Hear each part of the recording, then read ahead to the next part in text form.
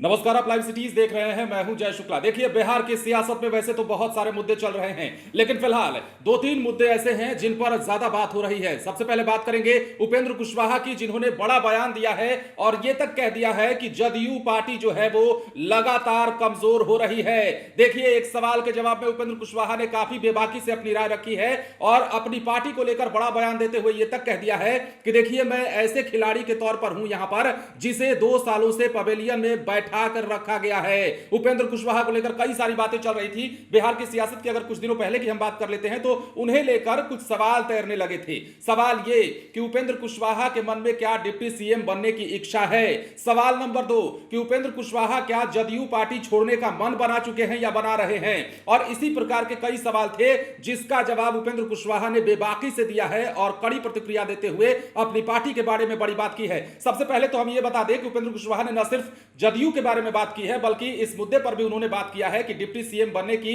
उनकी जो बात चल रही थी, उनके नाम पर जो अफवाह चलाया जा रहा था वो झूठा है। उनके मन में ऐसी कोई बात नहीं थी, चूंकि नीतीश कुमार ने पिछले दिनों यह बात साफ भी कह दिया था कि कोई डिप्टी सीएम नहीं बनने जा रहा है। दूसरा, अब ऐसे में उपेंद्र कुशवाहा ने कई मसलों पर बातचीत की और जब कहा गया कि क्या आप जदयू छोड़ रहे हैं, जब सवाल किया गया तो उपेंद्र कुशवाहा कहते हैं कि जदयू छोड़ने की बात जो है वो अफवाह है, 100% झूठ है और यह अफवाह हमारे अपनों द्वारा फैलाया गया है जो चाहते हैं पार्टी को नंबर 1 बनाना पर बना नहीं पा रहे हैं। और यहां पर उपेंद्र कुशवाहा का दर्द छलका है, यही बात कहते हुए और इस बात के आगे वो लाइन जोड़ते हैं, कहते हैं कि 2 सालों से मुझे एक खिलाड़ी के तौर पर ऐसे रखा गया है जो पवेलियन में बैठा हुआ है। और इसके साथ ही उन्होंने यह भी कहा कि हमने रालोसपा का विलय जदयू में इसलिए किया था ताकि पार्टी को नंबर 1 बना सकें और इसी के लिए और इसी के तहत हम लगातार प्रयासरत है।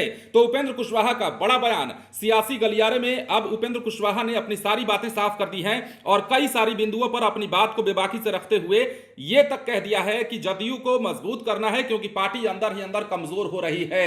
अब देखिए, यह भी कहा गया कि आपके मुख्यमंत्री बनने की चर्चा है और आपने यह कहा था कि मैं कोई सन्यासी नहीं हूं और ना ही किसी मठ में बैठा हूं। तो उन्होंने कहा कि जाहिर सी बात है ना, देखिए मन में नहीं था, लेकिन अगर किसी से पूछिएगा कि आपको डिप्टी सीएम बनाया जा रहा है या सीएम बनाया जा रहा है तो उसके लिए वो कुर्सी बड़ी होती है और कोई भी ऐसी जिम्मेदारी को लेने से पीछे नहीं हटेगा। तो मेरा मनशा यह था, मेरे कहने का आशय यह था। यह बात भी उपेंद्र कुशवाहा ने कही। इसके साथ ही उपेंद्र कुशवाहा से जब सवाल किया गया कि सुधाकर सिंह को कैसे देखते हैं, बयान तो अभी भी दे रहे हैं और लगातार कार्रवाई की बात कही जा रही है लेकिन हो नहीं रही है, तो ऐसे में उपेंद्र कुशवाहा ने कहा है कि सुधाकर सिंह पर कार्रवाई का हमें अब भी बेसब्री से इंतजार है। कहीं ना कहीं उनके मन में रोष अब भी है कि आखिर सुधाकर सिंह पर कार्रवाई क्यों नहीं हो रही है। लेकिन इस बीच अपने दिए गए एक ताजा इंटरव्यू में उपेंद्र कुशवाहा ने जो बड़ी बात कही है वो जदयू को लेकर कही है और यह कहा है कि पार्टी कमजोर हो रही है और इसके लिए हमने पार्टी में विलय किया था अपनी पार्टी का।